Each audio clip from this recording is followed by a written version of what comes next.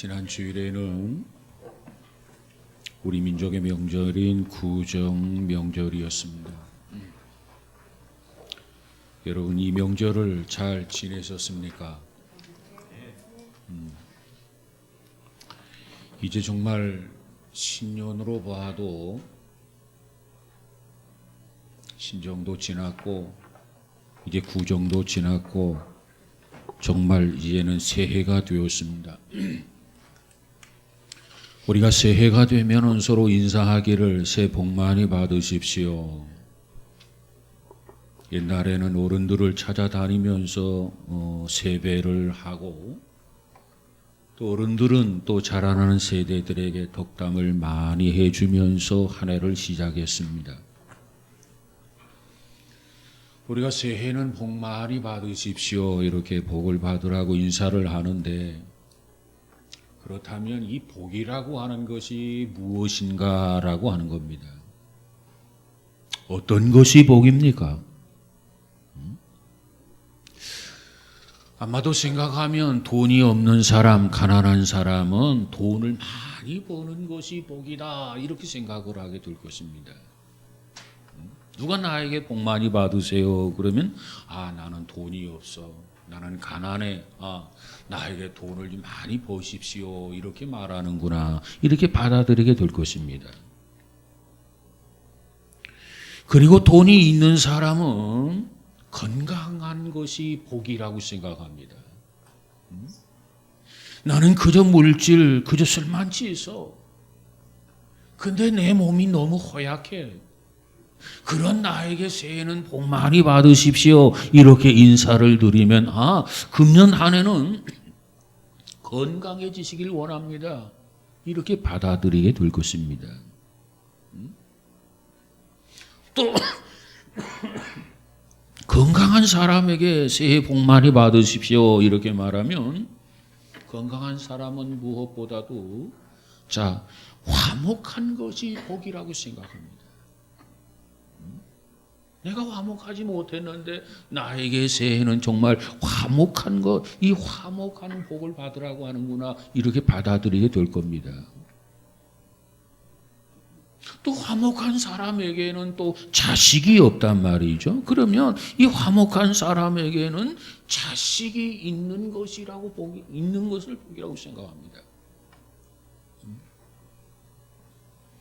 뿐만 아니라 자식이 있는 사람은 또 무엇으로 어떻게 받아들이느냐? 자식이 지겹게 속을 썩인단 말이에요. 그러면 무자식이 복이라고 생각합니다. 그래서 생긴 말이 있잖아요.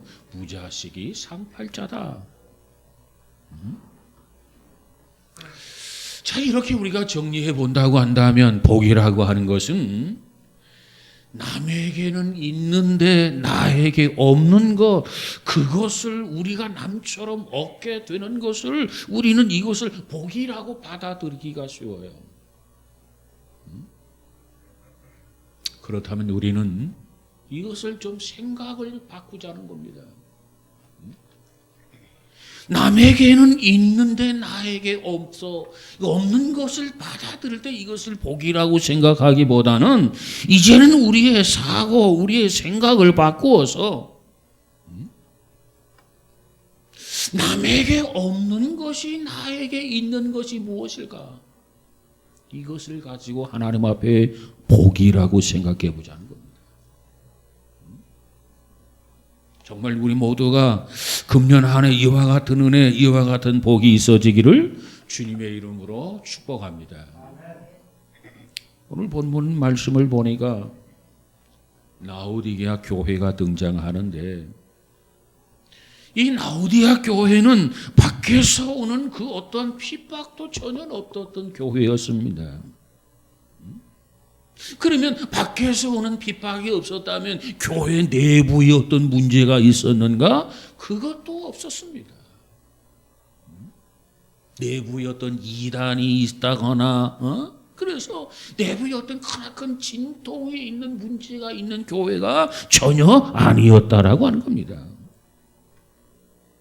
그런데 그 교회 신앙은 어떠한가? 아니 외부에 핍박도 없었고 내부에 이단의 운동이나 어떤 문제가 없었다고 한다면 이 교회는 우리가 생각하기를 건강한 교회로, 정말 뜨거운 교회로, 정말 은혜로운 교회로 성장해야 되지 않겠습니까?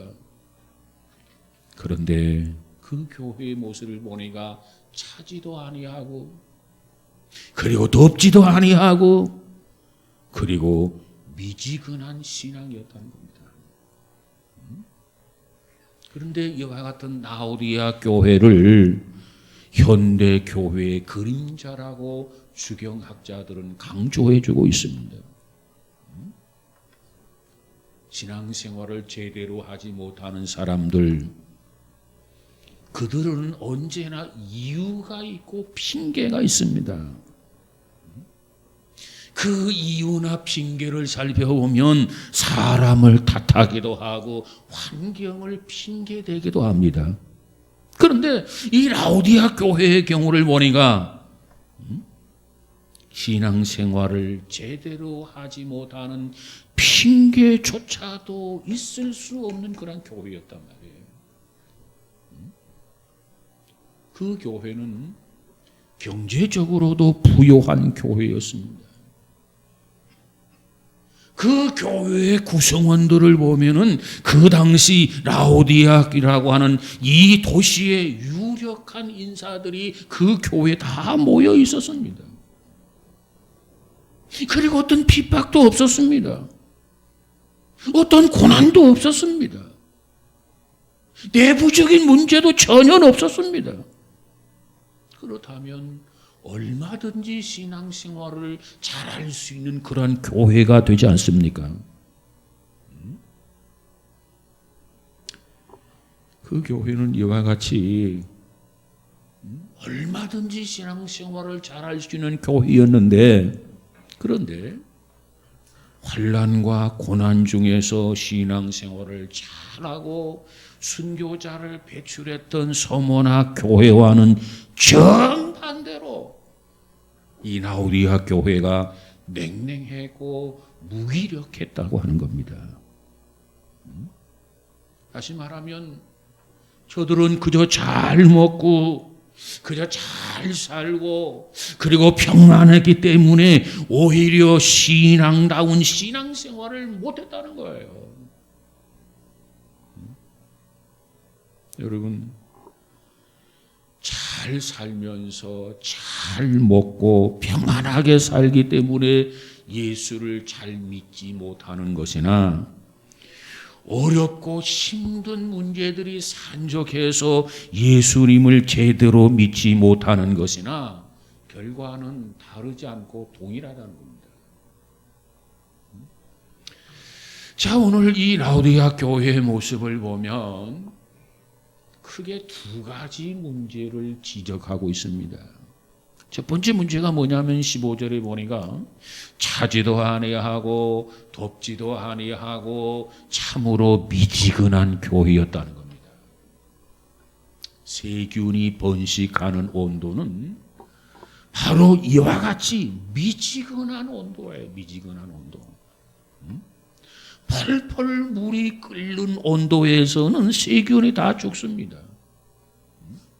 그런가 하면 꽁꽁 얼는 온도에서는 세균이 살아서 움직이지를 못합니다. 그런데 미지근한 그 온도에서는 세균이 놀랍게 번식한단 말이에요. 그렇다면 미지근한 신앙이란 무엇인가? 어떤 것인가? 매사의 안일주의, 매사의 적당주의를 말하는 겁니다. 정말 하나님을 믿기로 했으면 힘써서 믿어야 되고 열심히 믿어야 되는데 그러지 못하다는 겁니다. 이러한 신앙을 주님께서 보실 때 이와 같은 신앙을 혐오스러운 신앙으로 보고 주님께서 그것을 토해버리겠다고 말씀하고 있어요. 여러분, 여기서 미지근하다고 하는 말을 버클레이라고 하는 신학자는 구역질하는 것이다 이렇게 해석을 했어요. 신앙생활을 바로 할 수 있는데, 아니 환경으로 봐도 여건으로 봐도 전혀 어려운 점이 없단 말이에요. 그러면 누구보다도 신앙생활을 열심히 성실하게 충실해야 되지 않습니까? 그런데 그러지를 못해. 혐오스럽다는 겁니다. 토해버리겠다는 겁니다. 여러분, 오늘 우리들의 신앙생활을 한번 점검해 보면서 혹시 지난날의 나의 신앙생활이 이러한 부류에 속한 신앙은 아니었는가 한번 살펴볼 수 있기를 바랍니다. 이미 말씀드린 대로 이 라오디아 교회는 차지도 않고 그저 덥지도 않은 온도, 세균이 잘 번식하고 곰팡이가 그저 번식하기 쉬운 알맞은 온도라는 거예요.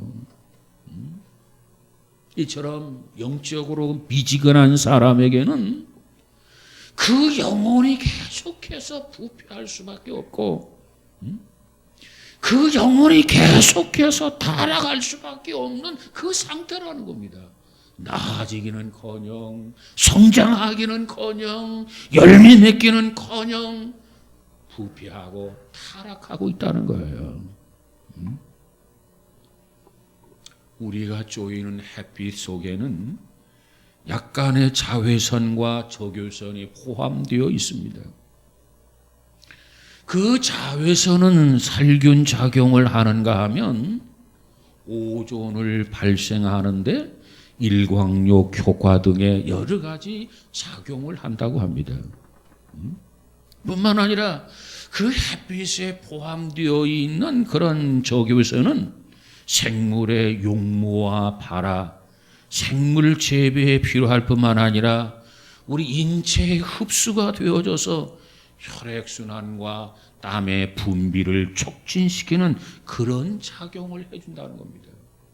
그래서 우리에게는 이 햇빛이 귀하다는 거예요. 자, 그런데 말라기 4장에 가서 보니까 장차 오실 메시아이신 예수 그리스도를 뭐라고 표현했느냐? 의로운 해라, 이렇게 말씀을 하셨어요. 뿐만 아니라 예수 그리스도를 뭐라고 했느냐 하면은 치료하는 광선이라 이렇게 표현해 주고 있습니다. 자, 치료하는 광선. 그런데 난 왜 줄을 보면은 이 광선을 뭐라고 번역했냐면은 날개라 이렇게 번역을 했어요. 그렇습니다. 햇빛 속에는 적외선과 자외선이 있어서 살균 작용을 하고 생명의 성장을 돕는 작용을 하는 것처럼 우리의 영원한 태양이신 예수 그리스도의 그 빛은 우리가 미지근한 심령의 상태에서, 미지근한 신앙의 상태에서 그 빛을 받아들인다면 우리의 심령이 거듭나서 날개를 치며 푸른 창공을 향해서 비상하는 새처럼 그리스도 안에서 참 자유와 평안을 누리게 된다는 것입니다. 그래서 우리는 무엇보다도 예수 그리스도를 통해서 거듭나야만 합니다. 여러분, 금년 한 해 동안 그동안에 우리의 신앙이 차지도 아니하고 덥지도 아니하고 정말 미지근한 상태였다고 한다면 그리스도의 이 빛을 받아서 정말 거듭나고 정말 새 힘을 얻어서 푸른 창공을 향해서 비상할 수 있는 저와 여러분 우리 모두가 되어지기를 주님의 이름으로 축복합니다. 그 다음에 두 번째 문제가 뭐냐면 저들은 실상과 허상을 분별하지 못하는 교회였다는 겁니다. 실상과 허상. 오늘 본문 17절에 보니까 뭐라고 말합니까? 내가 말하기를 나는 부자라 부유하여 부족한 것이 없다 하나 내 곤고한 것과 가련한 것과 가난한 것과 눈먼 것과 벌거벗은 것을 알지 못하는도다 그랬어요. 자기 딴에는 부자라는 겁니다. 자기 딴에는 부유하다는 겁니다. 나는 부족한 것이 없이 그저 만족하다는 겁니다. 그런데 주님이 보실 때 저들이야말로 곤고하고 가련하고 가난하고 눈먹고 헐벗고 그와 같은 자기 주제를 모르고 있다는 거예요. 여러분, 라오디게아 교회는 겉으로는 문제가 없는 것처럼 보였어요. 그런데 그 속에는 문제가 늘 끓고 있다는 겁니다. 크나큰 문제를 안고 있다는 겁니다. 그 문제가 뭐냐? 저들은 물질적인 부요를 영적인 부요로 혼동하고 있다는 겁니다. 결코 물질적인 부요는 영적인 부요를 대체할 수 없는 건데 저들은 이것을 혼동하고 있다는 거예요. 저들은 사업을 해서 돈을 많이 벌고 있고 통장에 통장 잔고가 늘어나고 있고 하루하루 살아가는 그 물질적 그와 같은 안정이 마치 영혼의 안정으로 착각하고 있다는 겁니다. 그런데 주님께서 저들이 뭐라고 말씀합니까? 내가 물질적으로는 부족한 것이 없지만 정말 물질적으로는 내가 부자이지만 그러나 너의 실상을 제대로 보라는 겁니다. 너의 실상을 제대로 알라는 겁니다. 너야말로 곤고하고 너야말로 가련하고 너야말로 가난하고 너야말로 눈멀었고 너야말로 벌거벗었다 창피한 줄 알아. 이것이 주님이 말씀하는 겁니다. 자신의 진면목을 알아야지, 자신의 참모습을 알아야지, 자기 자신의 참모습을 모르고 있다는 거예요. 이는 마치 어떤 부자가 창고에 곡식을 가득히 쌓아놓고 그 다음 내 영혼아 내가 여러 해 먹고 쓸 물건을 창고에 이렇게 가득 쌓아놓았으니 이제는 먹고 마시고 즐기자 이렇게 말합니다. 그 부자는 영혼의 즐거움이라고 하는 것이 영혼의 만족이라고 하는 것이 물질로 해결되고 물질로 충족되어진다고 생각한 어리석은 사람이었다는 겁니다. 그래서 예수님께서 그를 향해서 뭐라고 말합니까? 이 어리석은 사람아, 이 미련한 사람아, 내가 오늘 밤에 내 영혼을 도로 찾으리니 그러면 내가 창고에 겹겹이 쌓아두고 예비한 것들이 누구의 것이 되겠는가? 이렇게 질문을 하셨습니다. 들었습니다. 이처럼 어리석은 부자나 라오디게아 교회 사람들은 육체적인 성공을 영적인 성공으로 착각하고 있단 말이에요. 저들은 물질적인 풍요를 영적인 풍요로 착각하고 있었습니다. 오늘 우리들은 어떻습니까?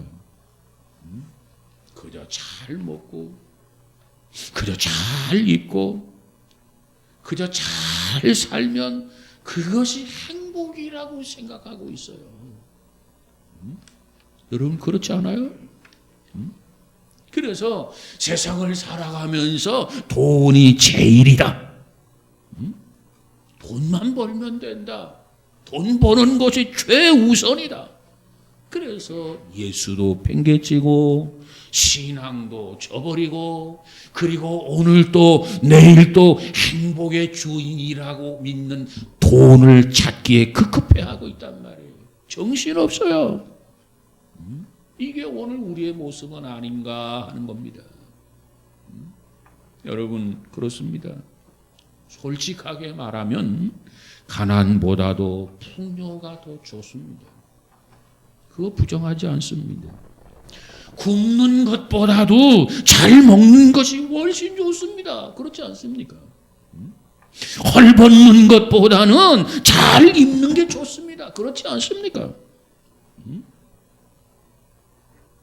그러나 라오디아 교인들처럼 잘 믿고 잘 먹고 잘 살고 이것이 영적인 문제까지도 저절로 해결된다는 생각은 어리석은 부자의 생각이라는 겁니다. 어리석은 자의 모습이라는 겁니다. 결코 잘 먹고 입고 마시고 잘 살고 이것이 영적인 문제를 해결할 수 있는 건 아니라는 겁니다. 여러분, 통장에 저금을 많이 해놓으면 영혼도 평안하리라. 통장에 잔고가 늘어나면 내 영혼도 즐거워하리라. 그런 생각을 한다면 그것은 크나큰 잘못입니다. 잘못된 생각이에요. 왜 그렇습니까? 자, 생각해 보십시다. 우리 하나님은 영이십니다. 영. 그렇기 때문에 그 하나님과 끊임없이 교제하고 그 하나님과 끊임없이 소통하려면 우리 자신이 영에 속한 사람이 되어야 됩니다. 육에 속한 사람은 하나님과 교제할 수가 없어요. 왜? 하나님은 영이시란 말이에요. 그렇기 때문에 육에 속한 사람은 하나님과 교제가 불가능합니다. 영이신 하나님과 교제하려면 어떻게 됩니까? 거기에는 돈이 필요 없어요. 거기는 밥이 필요 없어요. 거기는 옷이 필요가 없어요. 이와 같은 물질적인 것으로는 하나님과 소통할 수 없어요. 영이신 하나님과 교제하려면 그 하나님과 끊임없이 소통을 하려면 내 자신이 영의 사람, 다시 말하면 영혼으로만이 하나님과 교제와 소통이 가능하다는 겁니다. 내가 영으로 하나님과 만날 수 있는 거예요. 그런데 우리의 영혼에는 돈이라고 하는 거 필요하지 않아요. 우리의 영혼에는 밥이라고 하는 것도 필요하지 않아요. 우리의 영혼에는 옷이라고 하는 것, 집이라고 하는 것, 그거 필요하지 않아요. 이처럼 먹는 거, 마시는 거, 입는 거, 사는 거, 이런 것들은 우리가 이 세상 잠깐 사는 날 동안 고기 덩어리에 불과한 우리 육체를 위해서 일시적인 것으로 필요한 것들입니다. 그 이상 그 이하도 아니에요. 그래서 예수님은 요한복음 6장 27절에서 뭐라고 말합니까? 제자들을 모아놓고 예수님이 당부한 말씀이 있어요. 뭐라고 당부했습니까? 너희들은 제발 썩을 양식을 위해서 일하지 말고 썩지 아니할 영생하도록 있는 양식을 위해서 일하라. 이게 예수님이 제자들에게 주신 말씀이에요. 썩을 양식을 위해서 일하지 말고 썩지 않는 영생을 하도록 양식을 위해서 일하라. 여러분, 우리 모두가 이 말씀을 받고 이 말씀대로 영혼의 양식을 위해서 살아가는 저와 여러분 되시기를 주님의 이름으로 축복합니다. 두 번째로 주님의 애정 어린 충고를 좀 살펴보십시다. 주님께서 이 라오디아 교회의 모습을 지적하면서 이들에게 충고를 해주고 있어요. 20절에 보니까 뭐라고 말합니까? 볼지어다 내가 문 밖에 서서 두드리노니 누구든지 내 음성을 듣고 문을 열면 내가 그에게로 들어가 그로 더불어 먹고 그는 나로 더불어 먹으리라. 그러세요. 너무나 귀한 말씀이지요. 그런데 이 말씀에서 우리는 두 가지의 사실을 찾을 수 있습니다. 첫 번째 사실, 첫 번째 충고가 뭡니까? 문을 열라는 거예요. 문을 열어라. 그러면 여기서 말하는 문이라고 하는 것은 도대체 뭐냐? 아파트의 현관문을 말하는 겁니까? 아니요. 여기서 말하는 문이라고 하는 것은 우리 각 사람의 영혼의 문, 영혼의 창문을 열라는 겁니다. 트렌치라고 하는 성서학자는 이렇게 말을 했어요. 우리가 그의 문 앞에 서서 문을 두드리는 대신 주님께서 우리 문 앞에 서시게 되었다. 주님이 지금 우리 문 앞에 서 계신다는 겁니다. 그런가 하면 버나드라고 하는 성서학자는 또 이렇게 말을 했어요.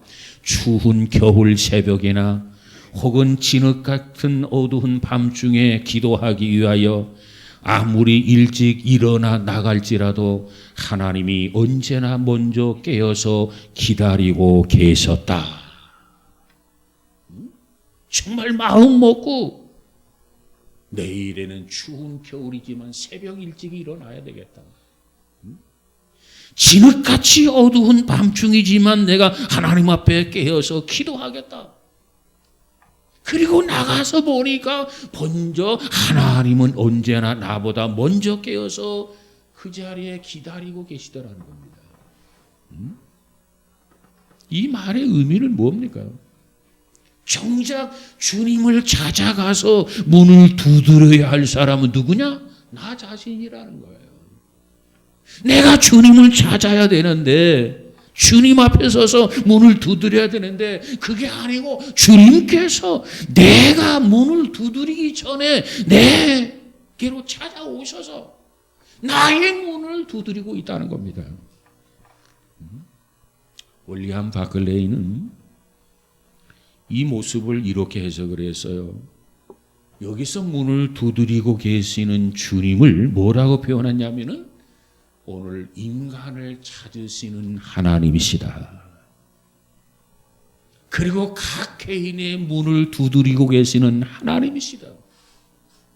그런데 각 사람의 문을 두드리고 계시는데 문을 제발 좀 열어달라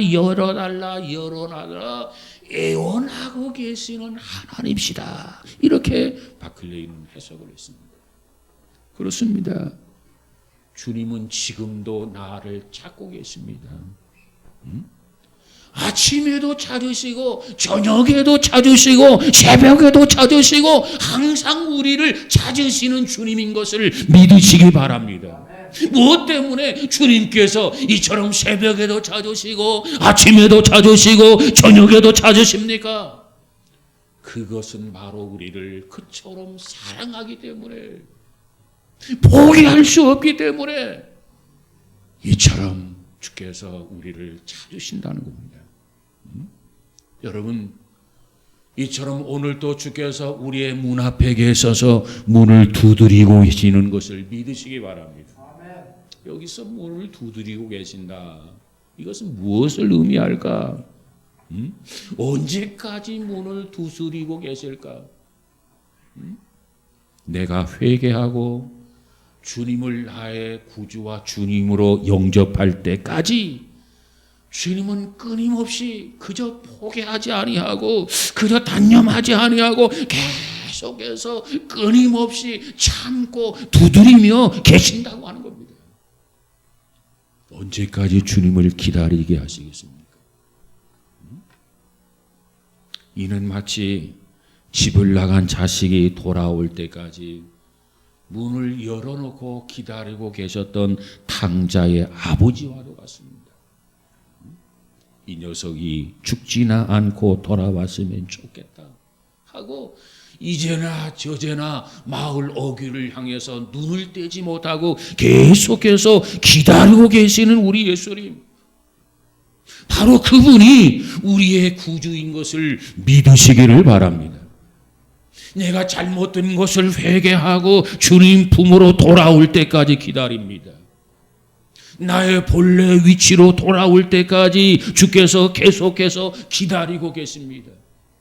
나의 잃어버렸던 신앙을 그 열심을 회복할 때까지 주님은 계속해서 기다리고 계십니다. 나로 하여금 처음 사랑을 회복할 때까지 주님은 계속해서 기다리고 계십니다. 여러분, 이제 주님의 기다리심을 알았다면 내 영혼의 창문을 주님을 향해서 활짝 열고 주님 들어오십시오. 내 마음을 주장해 주십시오. 주님의 뜻대로 순종하며 살겠습니다. 이와 같은 고백과 더불어서 주님을 영접하는 우리 모두가 되어지기를 주님의 이름으로 축복합니다. 그 다음에 두 번째로 그리하면 주와 함께 먹으리라는 약속이에요. 그와 더불어 먹고 그는 나로 더불어 먹으리라. 오늘 이 말씀을 좀 더 주목해 볼 수 있기 바랍니다. 여기서 먹는다라고 하는 헬라어 원어를 보니까는 명사형으로서 데이프론이란 말이에요. 데이프론. 헬라인들을 보면은 우리처럼 하루에 밥 3끼를 먹습니다. 아침을 먹고 점심을 먹고 저녁 3끼를 먹는데 아침에 먹는 조반을 뭐라고 말하냐? 아크라티스마라 이렇게 얘기합니다. 그래서 조반 아침의 경우는 마른 빵 조각을 가져다가 포도주에 찍어서 간단히 먹는 아침을 그렇게 말합니다. 티스마라. 그 다음에 점심을 뭐라고 말하느냐? 아리스톤이라 이렇게 합니다. 아리스톤. 도시락 같은 것을 가지고 가로수 아래서나 광장에 앉아서 먹는 그저 점심. 이 점심을 아리스톤이라 이렇게 얘기합니다. 그리고 이제 저녁 식사를 하게 되는데 이 저녁 식사가 바로 오늘 본문에서 말하고 있는 데이프론이라고 하는 식사입니다. 이 데이프론. 이 식사는 언제 하는 거냐? 아침에 일어나서 하루 일과를 다 마치고 홀가분하게 가족들과 둘러 앉아서 친구들과 둘러 앉아서 긴 시간 쫓기지 아니하고 여유 있게 이야기 꽃을 피우면서 대화를 하면서 나누는 식사를 바로 데이프론이라고 하는 식사라 이렇게 이야기합니다. 자, 그런데 오늘 이 말씀에 보니까 주님께서 문을 열면 그는 나로 더불어 나는 그로 더불어 함께 먹는 식사를 언급하고 있는데 그 식사가 바로 뭐냐? 아침이나 점심을 말하는 게 아니고 그 식사는 바로 데이프론. 긴 사랑을 나누면서 이야기꽃을 피우면서 함께 교제하는 저녁 식사를 의미하고 있다고 하는 겁니다. 그러니까 오늘 이 말씀에서 함께 먹고라고 하는 말의 뜻, 이 말이 가져다주는 의미는 오랜 시간 동안 함께 대화를 나누며 교제를 하면서 함께 소통하는 그런 시간을 갖겠다는 그런 약속인 겁니다. 여러분, 금년 한 해 동안 우리는 무엇보다도 이렇게 주님을 맞이함으로 해서 주님과 더불어 오랜 시간 동안 정말 교제하며 소통하며 대화하면서 주와 함께 나누는 은혜가 있어지기를 주님의 이름으로 축복합니다. 이 서양 사람들은 이 저녁 식사 시간을 보통 3시간 내지 4시간 동안 한다는 것 아닙니까? 오늘 우리하고는 조금 다른 것 같아요. 오늘 우리의 경우는 어때요? 식사는 마치 성난 사람처럼 먹기에 열중한 것이 우리의 문화예요. 옛부터 우리 어른들은 식사하면서 말하지 말라는 겁니다. 침 튄다는 겁니다. 그래서 야단을 맞았어요. 그저 눈치 보면서 먹기에만 열중한 것이 우리 문화인데 서양 사람들은 3시간 내지 4시간 동안 무슨 이야기를 하면서 이렇게 먹는지는 모르겠지만 그게 문화라는 거예요. 그렇습니다. 오늘 우리가 정말 꼭꼭 닫혔던 이 문을 활짝 열고 결단을 하고 주님을 영접하게 되면 주님께서 우리 안에 들어오시고 나도 모르게 내 마음이 주님 안에 들어가고 그래서 영적인 신비로운 관계 속에서 데이프는 함께 즐기며 함께 대화를 나누는 축복을 약속해 주신 거예요. 여러분, 금년 한 해 동안 이와 같이 살아야 되지 않겠습니까? 금년 한 해 동안 이와 같은 은혜가 있어야 되지 않겠습니까? 정말 금년 한 해 동안 주님과 이처럼 소통하고 교제를 나누어야 되지 않겠습니까? 우리 모두에게 이와 같은 은혜가 있어지기를 주님의 이름으로 축복합니다. 우리가 주님과 더불어서 식탁에 둘러앉아서 이러한 이야기 저런 이야기를 나누는 어느 날 저녁 식사 광경을 한번 상상해 보십시다.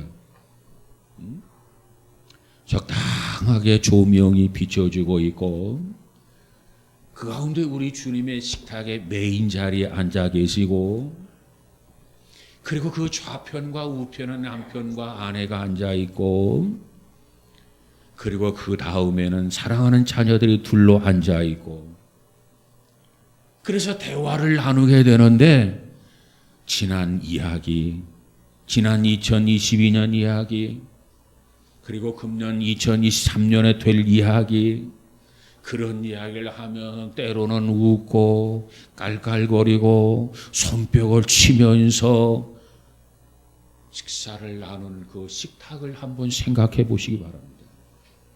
이것이 복이라는 겁니다. 이것이 행복한 모습 아닙니까?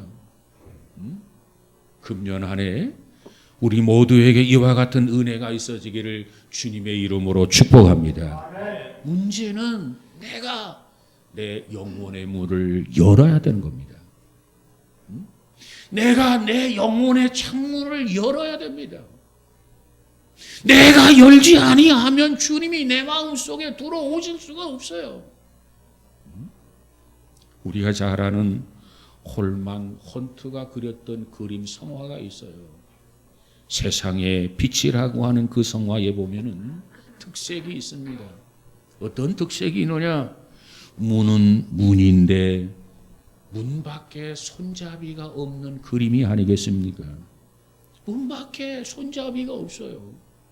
보통 일반적인 문에는 안에도 손잡이가 있고 밖에도 손잡이가 있습니다. 그런데 이 헐만 헌트가 그렸던 세상의 빛이라고 하는 이 성화는 밖에서는 열 수 있는 손잡이가 전혀 없어요.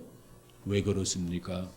그 문은 특색에 있는 문인데 열어야만 열리는 문이기 때문에 그렇습니다.